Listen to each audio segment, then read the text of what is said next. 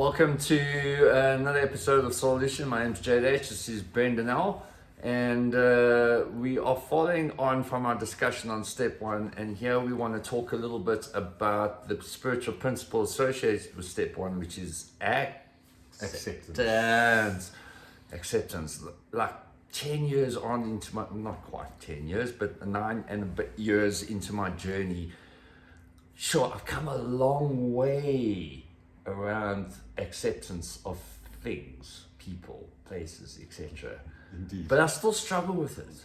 And so I really love this topic. And I think it's something a lot of people could find value in. Because really, the way I see it is, and there's a great piece in the Alcoholics Anonymous big book around acceptance, which we're going to read in a moment.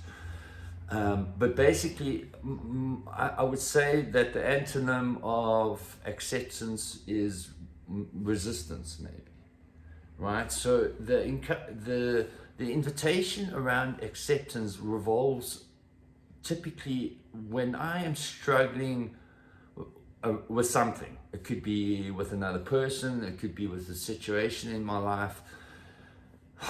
The more I fight the feelings that I'm sitting with around that thing, the more I kind of just make the whole thing worse. And until I arrive at a place of acceptance, and I think the important thing to mention here is acceptance is not saying that I'm okay with this thing. It's just like not fighting it to the point of having this losing battle. It's just saying, okay, it is what it is. I'm going to be where my feet are and allow myself to be where I'm at. And until I actually do that, I'm disempowered with actually doing something about it. That's kind of how I understand it. Does that make sense to you? Yeah, that makes perfect sense to me. Some things that happen in life are unacceptable and we shouldn't accept them. You know, like if someone's treating you badly or whatever, it's not about accepting those sort of things.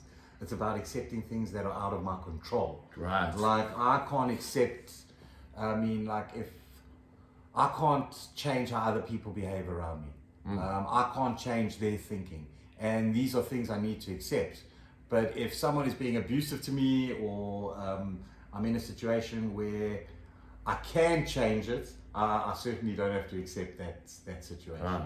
Right. I think it's an important point to put across is that it's not about being all accepting. You're right. Yeah. So there's this.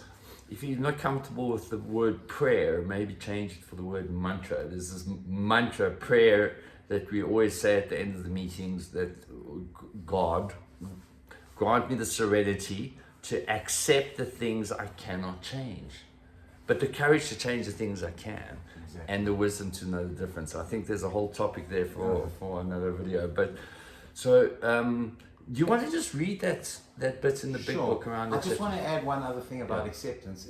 Acceptance is about also honesty and being honest with myself.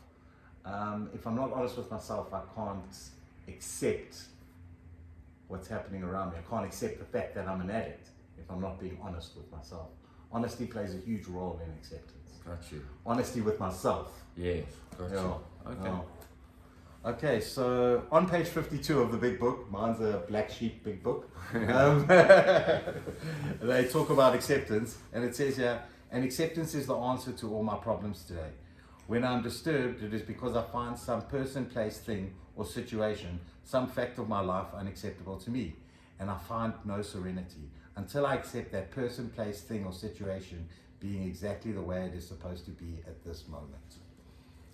Yeah, so I mean, just going back to what you were saying earlier on about other people's behavior, right? Because I have no control over them, I can accept that because of where they are at and their outlook and their attitudes, whatever it is that they're delivering, that I'm at the receiving end of, in that sense, it's everything is as it's supposed to be because that's where they're at. That's where they are. That's where they at. Yeah. And so you know what, I can do my head in absolutely trying to convince them that they need to say something differently. but I accept them for that. I don't have to accept it in terms of sticking around to be at the receiving end of sometimes verbal, mental, physical, emotional abuse. Exactly. I can remove myself from You that can remove yourself. situation. Yeah. I think that's an important thing, and also the pause part.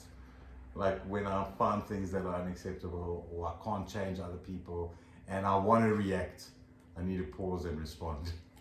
Listen, dude, you know what? You just hit on probably what has been one of my biggest gifts of recovery is that ability. And dude, I so often don't get this right, but more often, no, I don't even know if that's true. But I have been empowered with that ability to pause.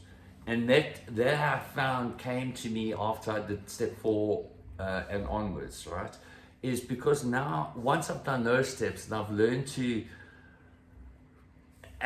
recognize the part I play in any interaction, and once I became more conscious of my own behavioral traits, that empowered me with the ability that I don't always act on, but with the ability to not always react to a situation, to pause, as you mentioned, and to respond. Yeah. And silence is sometimes the perfect response. Removing myself is also a response. Well, yeah, that's where removing myself is sometimes the only way I can cope with the situation. Right. Yeah. So thanks for touching on that. It's really such an empowering place to be, where I'm not behaving or acting from this knee-jerk place, right? I'm able to just take a breath and measure my response. And it's part of acceptance. And it's part of acceptance. Yeah. Is there more we want to talk about? All right. I mean, I'm sure there's so much we could talk about here, right? I mean, let's talk about outside the world of addiction. Like, for example, a dear friend of mine recently was and is struggling with a skin condition, and I observed her mentally for a while, really resisting what she was going through, and understandably so, because it left her in a great deal of discomfort and a really unpleasant situation.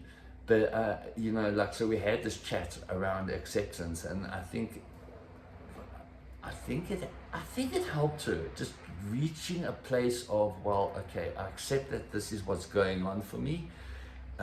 Just helped her with this mental battle that she was dealing with in terms of trying to cope with her situation, because it just put her mind a little bit more at ease and empowered her to just pause and think rather than just emotionally react to what she's dealing with. Yeah, I think that's a great thing to relate to.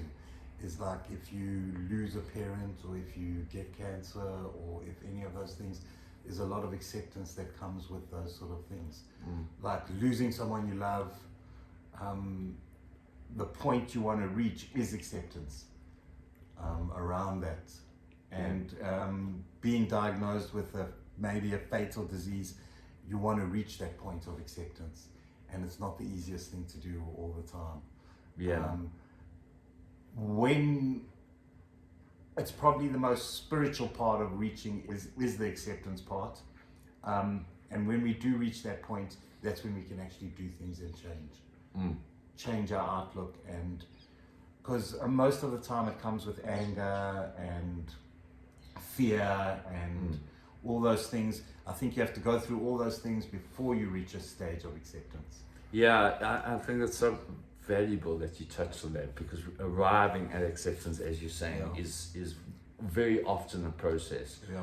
And then you touched on those emotions of anger and fear. Like that's a topic I'd love for us to explore at some point, because there's an idea I think many entertain that there are these negative emotions that one should try and avoid at all costs. And that comes back to that resistance thing. Like if you feel these emotions that come up for you, which are typically labeled as negative, There is a resistance to feeling those things, which for me like ties right back into my addiction. Yeah. Because my addiction was typically chasing a feel-good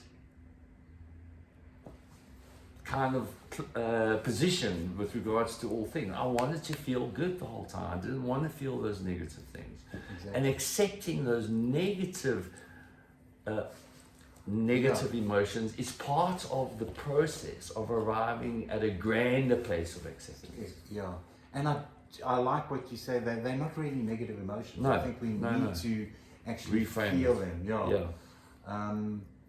They've been labeled negative, and that's where the danger lies. Agreed. You're allowed to be angry. You're allowed to be fearful, especially if you're going through this process of addiction. You know what I mean? Like the person I was most angry at was myself. Yeah. And I was extremely fearful of where I'd ended up and where I was going, and I was terrified of getting better because I felt like I would lose my identity and lose who I am, and it's a scary process getting clean and sober, and a difficult one. And I think if we look at that fear and that anger and all that stuff as negative, it's harder to move forward. Totally. Totally. Brendan, I want to tell you that I accept everything you've just said. Well, acceptance is the answer to all my problems. Right. Okay, cool. Thank you. Thank you. I'm sure there's more we could talk about there. If there's things you'd like to add, do make a mention of it in the comment section. If you've enjoyed this video, do give us a thumbs up. And if you enjoyed this process that we're on, hit the subscribe button. That always helps us. And check out the links for step 2. If you missed the video on step 1, maybe you can just go check that out. Great. Until next time. Yeah. See you soon. See you soon. Have a blessed day.